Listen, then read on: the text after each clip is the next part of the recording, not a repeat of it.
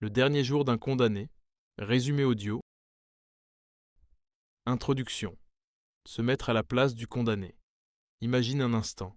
Tu es enfermé dans une cellule, la porte se ferme derrière toi, et tu sais une chose terrible. Demain, tu vas mourir.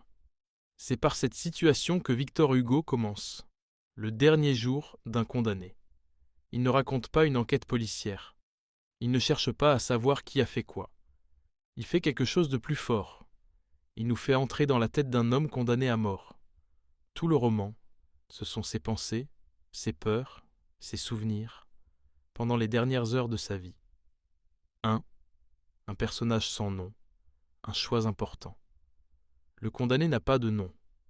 On ne connaît pas son crime. Et ce n'est pas un oubli. C'est un choix de Victor Hugo. Pourquoi ? Parce qu'il ne veut pas que le lecteur juge l'homme.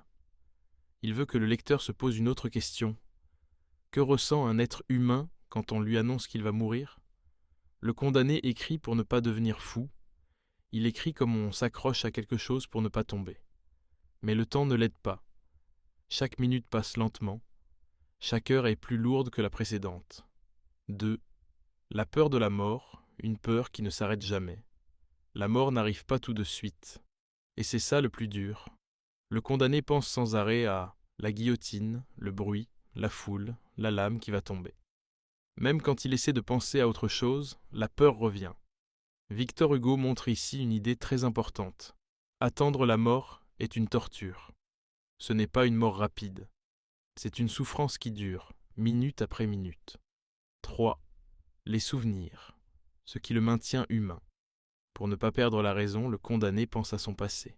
Il se souvient de son enfance, de sa mère, et surtout de sa petite fille.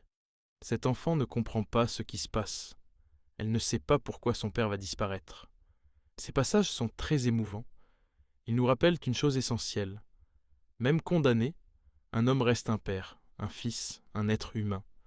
Victor Hugo ne cherche pas à dire que le condamné est innocent. Il cherche à montrer qu'aucun être humain ne se résume à sa faute. 4.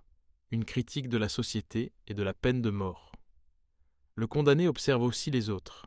Il voit des gardiens indifférents, des juges qui ont déjà oublié son visage, une foule curieuse, venue regarder mourir un homme. L'exécution devient un spectacle. Victor Hugo critique fortement cette situation.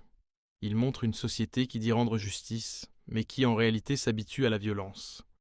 La guillotine n'est pas seulement une machine, c'est un symbole, celui d'un pouvoir qui croit résoudre les problèmes en tuant.